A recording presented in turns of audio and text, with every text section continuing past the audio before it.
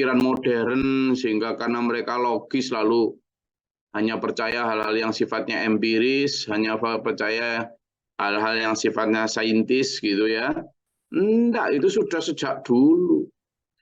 Dan orang menggunakan logika untuk membantah adanya akhirat itu sudah sejak dulu. Pertanyaan Nabi Ibrahim ini juga dilandaskan atas ngototnya umat beliau untuk tidak percaya akhirat.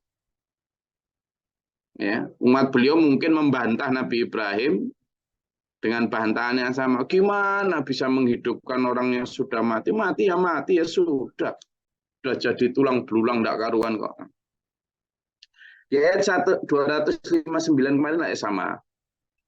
Kemudian ditunjukkan bagaimana Nabi Uzair yang sudah jadi tulang belulang dibangkitkan. Kalau kemarin Nabi Uzair Allah memberi bukti langsung beliau sendiri ya gitu kan.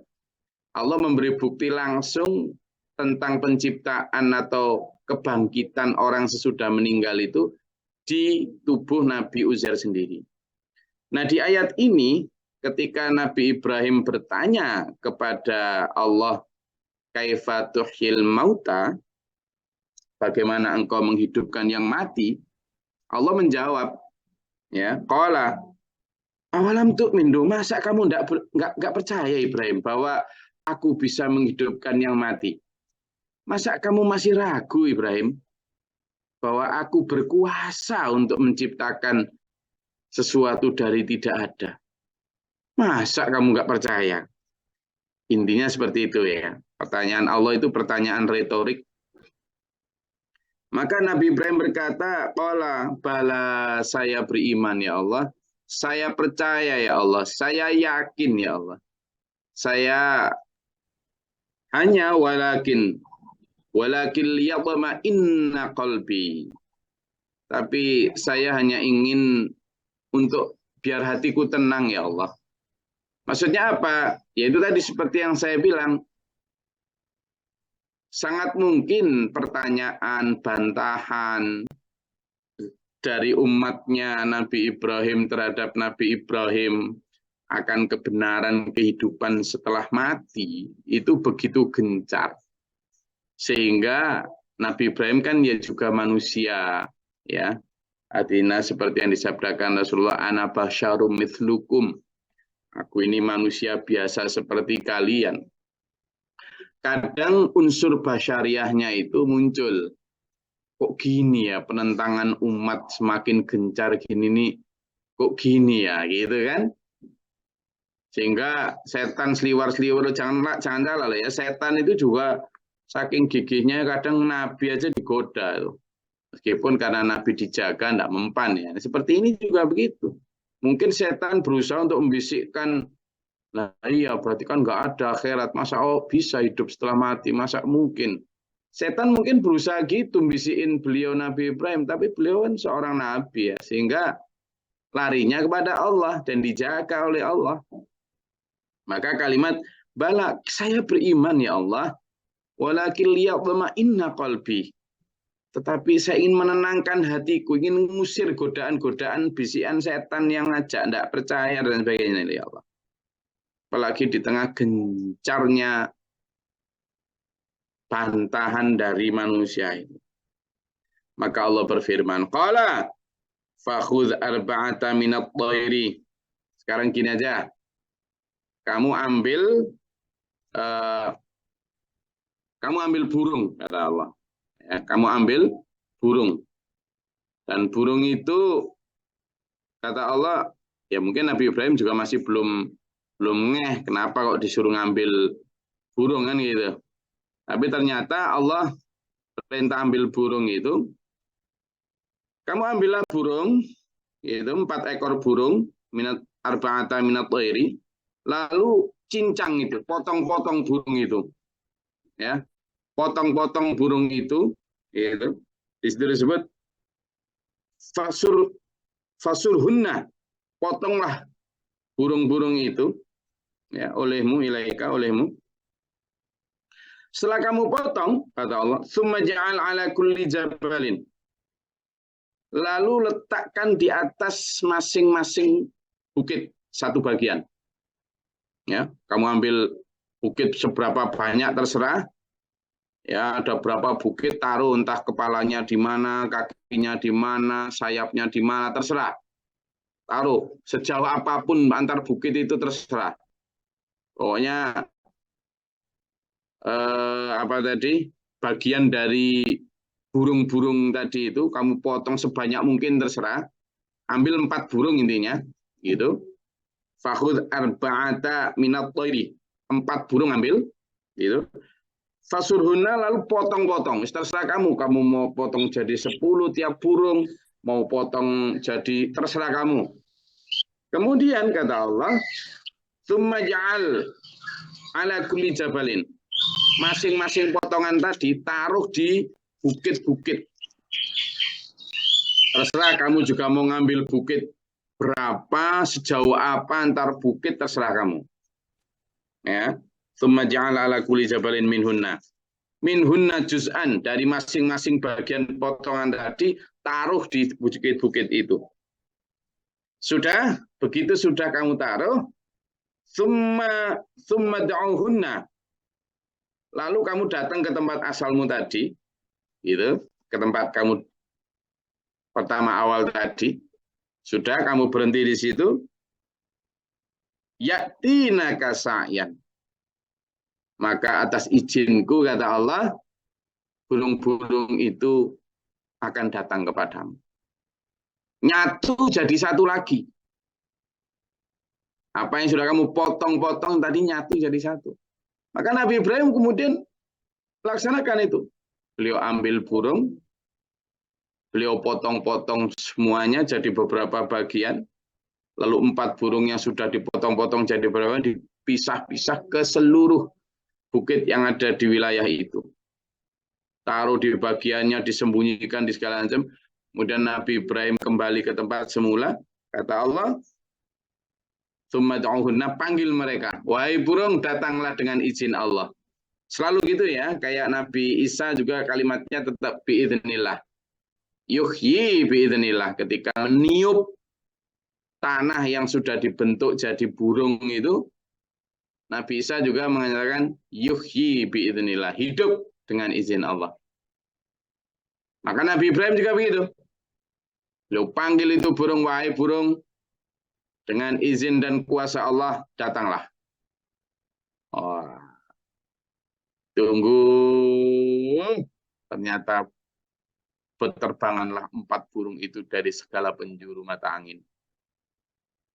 Subhanallah, subhanallah. Maka Allah berfirman, wa'alam annallaha ala kulli syai'in qadir. Wa'alam annallaha azizun hakim. Dan ketahuilah sungguhnya Allah itu aziz, maha perkasa, hakim, maha bijaksana. Dulur, dari situ Nabi Ibrahim sujud sembah syukur, semakin beriman, semakin Nabi Ibrahim sebut halilullah. Ya. Kenapa ya? Karena itu tadi keimanannya itu sudah tingkat paling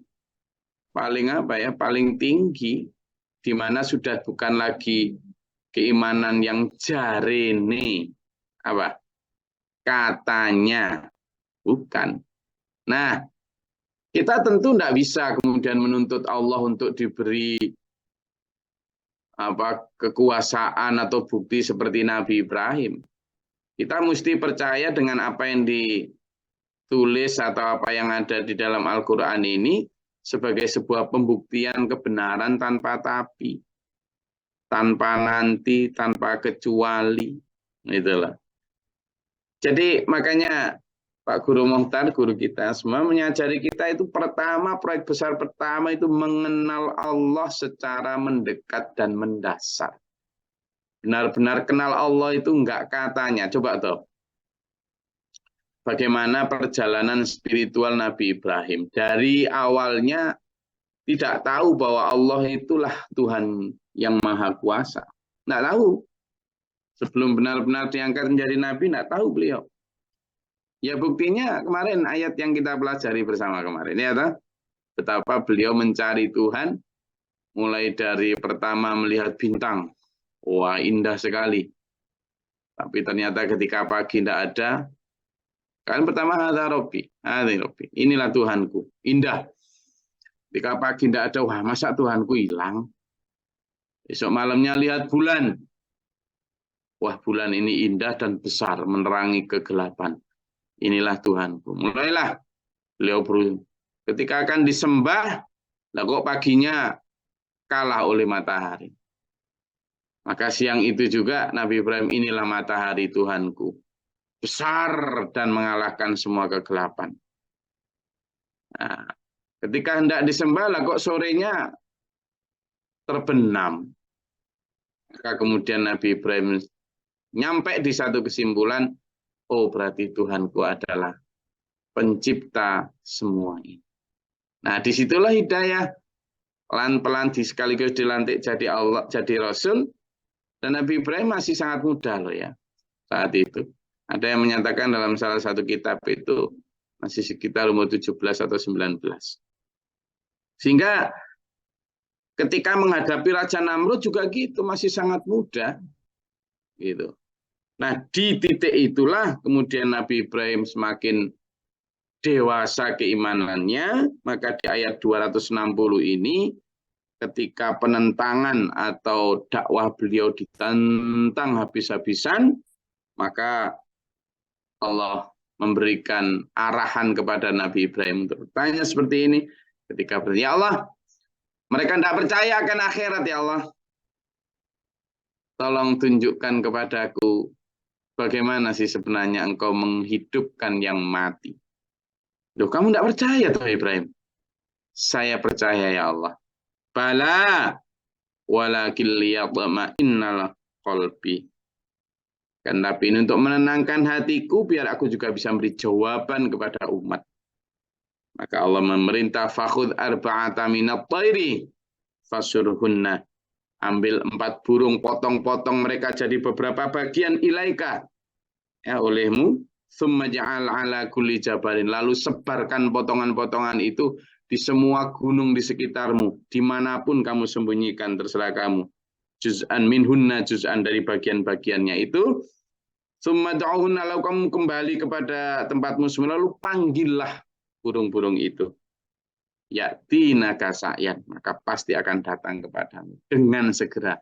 Karena Nabi Ibrahim memotong-motong burung itu tebar seluruh gunung, lalu kemudian kembali ke tempatnya. Wahai burung, datanglah biidznillah dengan izin Allah. Wah, segera bertebaran itu. Di wa'lam annallaha azizun hakim, ketahuilah bahwa sungguhnya Allah Maha Perkasa lagi Maha Bijaksana. Oke, itu dulu. Jadi kisah tentang bagaimana kekuasaan Allah dibuktikan melalui mukjizat yang diberikan kepada Nabi Ibrahim. Oke, silakan. Ada yang mau ditanyakan atau ditambahkan? Monggo.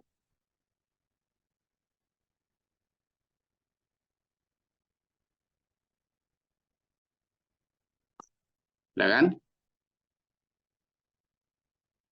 Baik tentang topik ini maupun topik hari sebelumnya. Silakan. Izin Gus. Ya. Gus, berarti itu Nabi Ibrahim itu ini Gus ya, bisa bicara langsung dengan Allah nih Gus. Buatan lewat malaikat Jibril. Ya, jadi ada sebagian nabi yang memang diberi Allah privilege ya, atau hak dan kekhususan yang kemudian Allah berbicara langsung ya. Dan ketika Allah berbicara langsung itu pun tidak bisa diminta ya. Artinya ketika Nabi Musa juga diberi hak, bukan hak ya, privilege atau kelebihan, itu tidak serta-merta kemudian kapanpun Nabi Musa ingin bicara dengan Allah lalu Allah memberi itu, enggak ya. Itu ya artinya berarti itu kehendak Allah. Dan memang ada sebagian dari nabi yang begitu. Ya. Ada yang lewat perantara malaikat. Seperti kemarin Uzair juga begitu. Dalam beberapa tafsir yang sedang langsung berdialog dengan itu adalah malaikat. Tapi ada beberapa tafsir yang kemudian menyatakan itu langsung Allah. Wallahu a'lam. Tapi yang jelas itu dari Allah.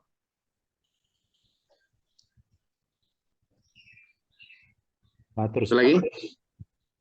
Jin Gus. Assalamualaikum warahmatullahi wabarakatuh. Lanjut. Pada masa itu Nabi Ibrahim sampai begitu kuatnya untuk memohon pada Allah supaya membuktikan, dan pembuktian yang ada dari Allah dijadikan ketenangan hati beliau. Nah, yang saya tanyakan, umat-umat yang dihadapi itu apakah sangat kekafirannya, dan lagi keduanya itu termasuk tinggalan Nabi siapa ya Gus? Terima kasih. Assalamualaikum warahmatullahi wabarakatuh. Sebenarnya kekafiran umat itu nggak hanya di masa Nabi Ibrahim. Nabi Ibrahim kan setelah Nabi Nuh, Nabi Idris, Nuh, Hud, Soleh. Ya, jadi setelah Nabi Soleh ya, berarti kalau urutannya. Urutan dari 25 Nabi Rasul ya. Tapi urutan dari 124.000 Nabi Rasul ya, wallahu alam dari Nabi siapa pasnya. Karena berbarengan dengan Nabi Ibrahim kan ada Nabi Lut ya. Jadi pas barengan Nabi Ibrahim itu minimal ada 4 Nabi itu. Nabi Lut, Nabi Ibrahim, dan 2 putra beliau, yakni Nabi Ismail dan Nabi Ishak. Jadi barengan, kadang memang dalam satu waktu itu ada beberapa Nabi dan ada beberapa Rasul. Karena memang beberapa Nabi dan beberapa Rasul itu diutus untuk kadang hanya sekelompok umat atau satu negara atau satu wilayah, satu kabilah. Saya beda dengan Rasulullah Muhammad SAW yang memang diutus untuk seluruh alam ya. Nah, tentang kekafirannya seperti itu sebenarnya ya sudah sejak dulu sampai hari ini. Hari ini pun kekafiran umat itu sebenarnya sudah sangat terang benderang ya, malah terang-terangan sekarang. Tidak percaya Allah, tidak percaya akhirat itu orang Islam, saya nggak bicara orang non-Muslim, orang Islam. Mereka meragukan itu dengan mengatakan, sudahlah urusan nanti ya nanti. Mungkin di bibirnya bilang bahwa saya beriman kepada akhirat, tapi prakteknya enggak. Saya sejak dulu. Jadi itu bukan kok dulu lebih kafir dari sekarang, ya enggak. Artinya kekafiran itu memang turun-menurun ya. Sehingga kalau sekarang kita tidak diberi Allah mukjizat untuk membuktikan kepada mereka tentang kebenaran Al-Quran, tentang kebenaran akhirat, ya tidak serta-merta kalau kemudian nanti diberi mukjizat juga beriman. Kenapa? Karena bahkan ketika Nabi Isa diberi Allah izin untuk menciptakan burung dari tanah, apakah serta-merta semua Bani Israel beriman? Enggak. Jangankan begitu, Nabi Musa ketika membelah lautan itu pun Bani Israel ya lewat seneng gitu aja, setelah lewat ya enggak kok kemudian beriman total, enggak. Jadi makanya kalimatnya jelas, seandainya malaikat diturunkan ya toh, kemudian orang mati dibangkitkan gitu kan, itu untuk mengimani terhadap satu kebenaran, tidak serta-merta kemudian orang orang yang tidak percaya itu langsung beriman, percaya enggak gitu. Ayo dalam surat apa? Ayat berapa? Seandainya malaikat diturunkan, orang mati dibangkitkan, belum tentu mereka beriman. Ya. Kalau ayat 111 Gus. Nah, sudah tahu gitu kok. Ayo coba dibaca. Belum mencari. Ayo dibaca. Siap. Itu jelas banget. Jadi ya, siap. A'udzubillahi minasyaitonirrajim. Bismillahirrahmanirrahim.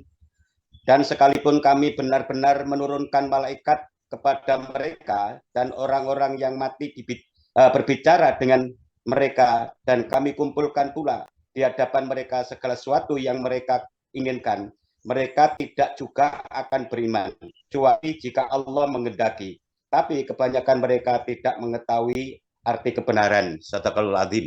Jadi seandainya malaikat turun, jeleng, lalu sayapnya mengembang itu, kemudian orang-orang mati bangkit pure dari kubur gitu ya. Kemudian itu loh Pak majukan orang benar misalnya begitu. Malaikat kemudian tidak percaya manusia. Jadi mukjizat itu benar-benar menjadi tanda kebenaran hanya bagi orang yang beriman. Begitu. Kurang apa mukjizat Rasulullah Muhammad SAW? Sama. Enggak kok kemudian orang langsung beriman. Sihir. Itu. Sahirin alim katanya gitu. Itu. Jadi para nabi itu dianggap penyihir. Karena mampu membuktikan hal-hal yang di luar nalar gitu. Tapi ketika dijajak bicara itu mereka mintanya yang sesuai akal. Begitu dikasih tahu betul nyata di depannya kan berarti sesuai akal tuh. Nah, ada kejadian enggak percaya. Jadi orang-orang sekarang misalnya yang bibirnya sih percaya ada akhirat, itu ada kehidupan setelah mati, tapi prakteknya enggak. Nah, itu yang ayo kita antisipasi jangan sampai kekafiran itu menular kepada kita meskipun lahirnya kita Islam ya. Ada lagi? Matur sembah nuwun Gus. Ya, izin Gus. Monggo. Ya. Mohon penjelasan Gus tentang lihat ma'inna qalbi atau tatma'innul qulub yang dirasakan di saat mengenal Allah secara mendekat dan mendasar sebagaimana yang diinginkan Nabi Ibrahim.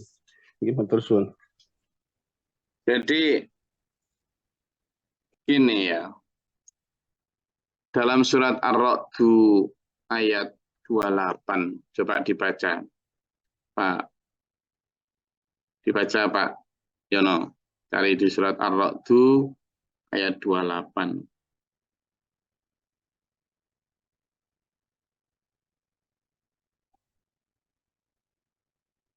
Sudah ketemu? Nggih. Alhamdulillah minasyaitonirrajim. Bismillahirrahmanirrahim. Yaitu orang-orang yang beriman dan hati mereka menjadi tentram dengan mengingat Allah. Ingatlah hanya dengan mengingat Allah hati menjadi tentram. Nah, sehingga ketenangan hati itu hanya dengan cara mengingat Allah. Hanya dengan cara mengingat Allah. Zikir. Nah, zikir ini itu adalah dimulai dari belajar dengan cara wirid. Kalau wirid itu melafalkan asma-asma Allah, nama-nama keagungan Allah di bibir. Kalau zikir itu sudah pekerjaan hati, sehingga sudah menjadi ingatan yang mabni di dalam hati kita. Nah, hanya dengan itu hati kita tenang, hanya dengan itu hidup kita itu tenang dan bahagia. Bukan harta, bukan kekayaan. Kan gitu. Makanya dalam surat Al-Kahfi juga disebutkan di sana bahwa sesungguhnya baqiyatus sholihah, bahwa amal-amal yang baik itulah yang menenangkan, bukan harta, bukan kekuasaan. Nah, bagaimana cara agar bisa zikir sehingga hati ini menjadi tenang? Zikir yang benar itu dimulai dari cara kita mengingat dengan latihan wirid tadi. Ketika kita duduk berdiri berbaring mengingat Allah, itu coba dibuka, ayo gantian yang belum baca surat Ali Imran ayat 190 191. Monggo. Yang belum baca tadi Ali Imran itu surat ketiga ayatnya 190 191. Monggo. Izin Gus.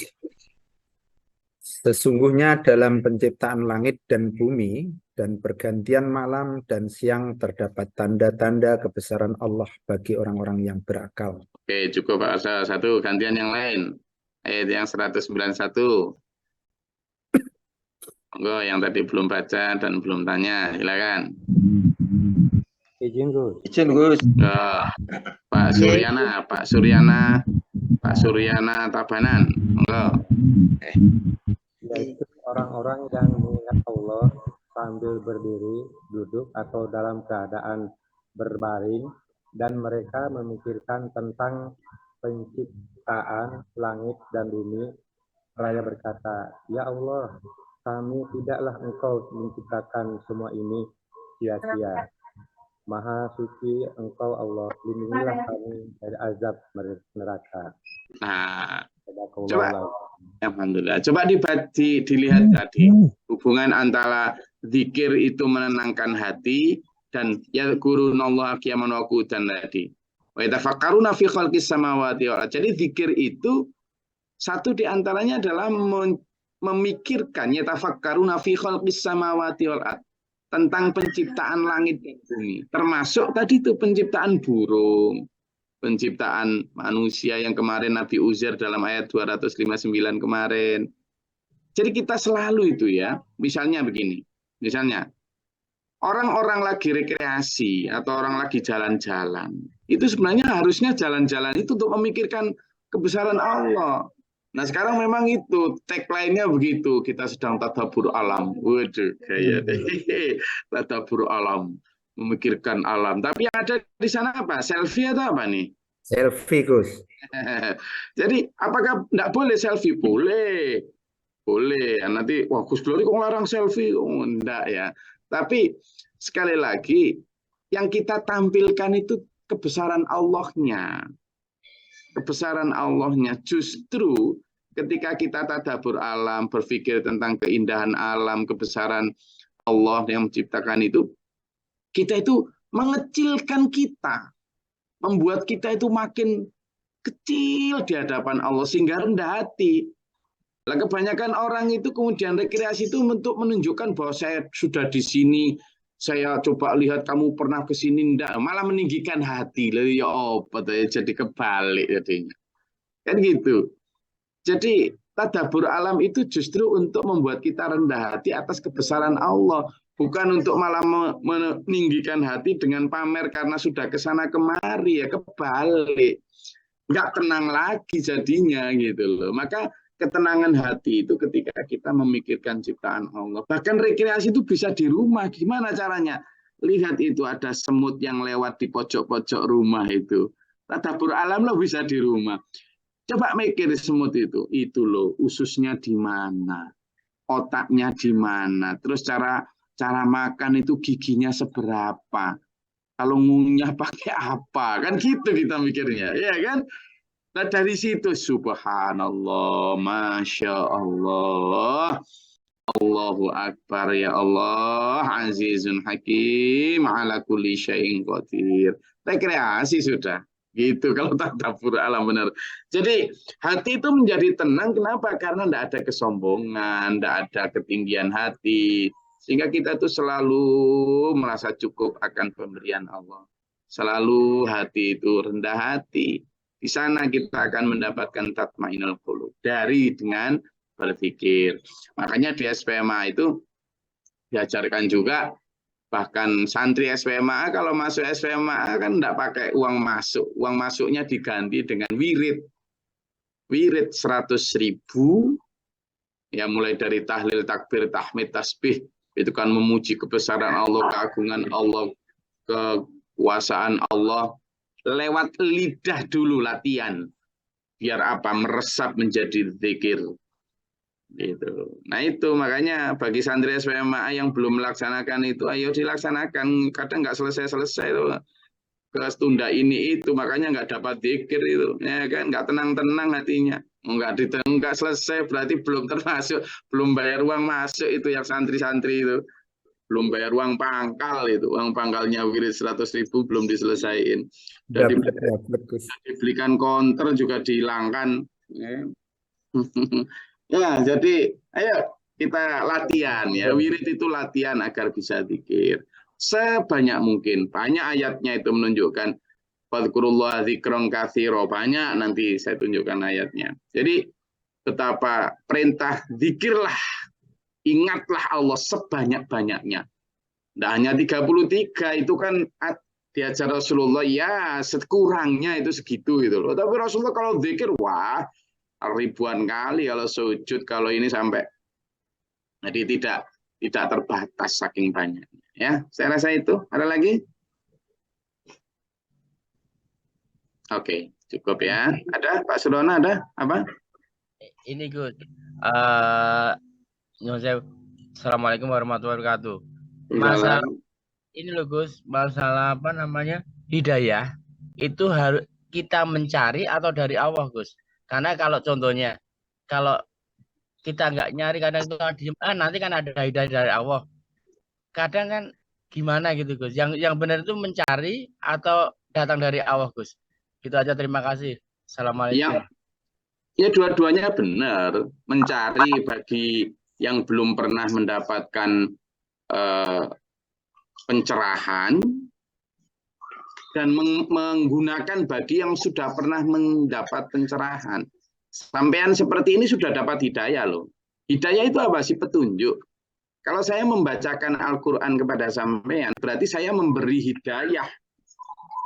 Bukan sayanya, tapi Allah lewat Al-Quran itu memberi hidayah sampean. Saya hanya menyampaikan aja. Kurir aja saya itu. Jadi hidayah Allah berupa Quran ini. Maka saya menyampaikan hidayahnya Allah kepada sampean. Sampean semua tugasnya adalah memakai hidayah itu.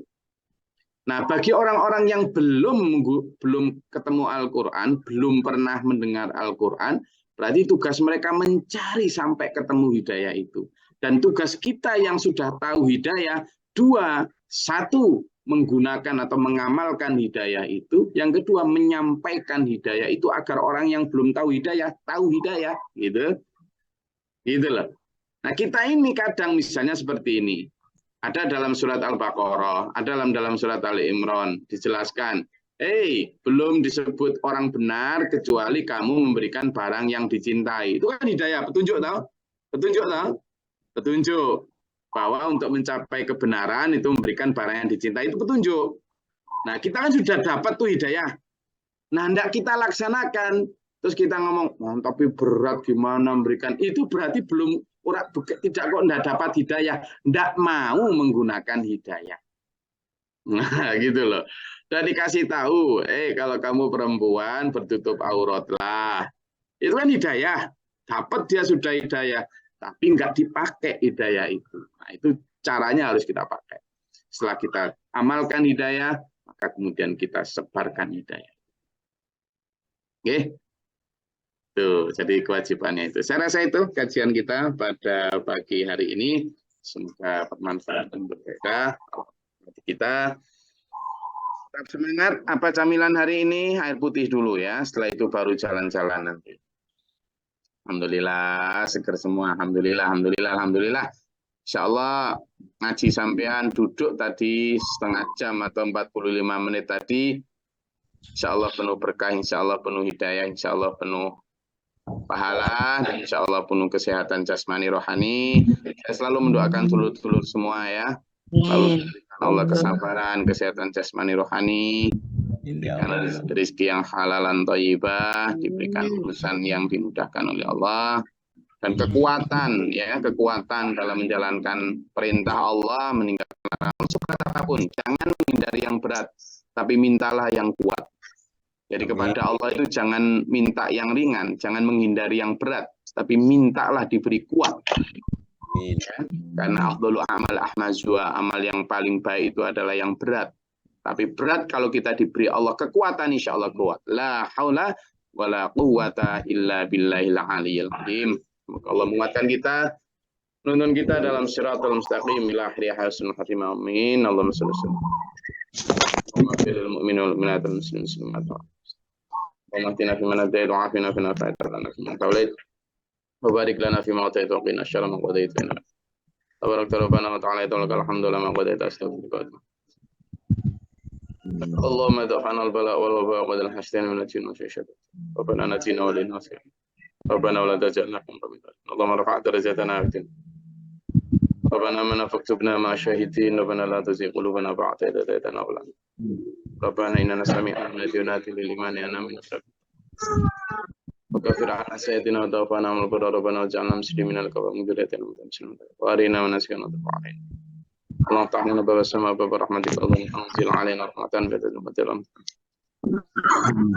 ربنا أفرغ لنا صبرا وثبت أقدامنا ونكافئنا أنا رب العزة مسؤول السلام من الحمد لله Alhamdulillahirabbil alamin. Wassalamualaikum warahmatullahi wabarakatuh.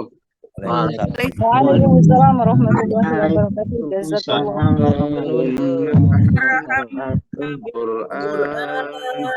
Waj'alhu lana imaman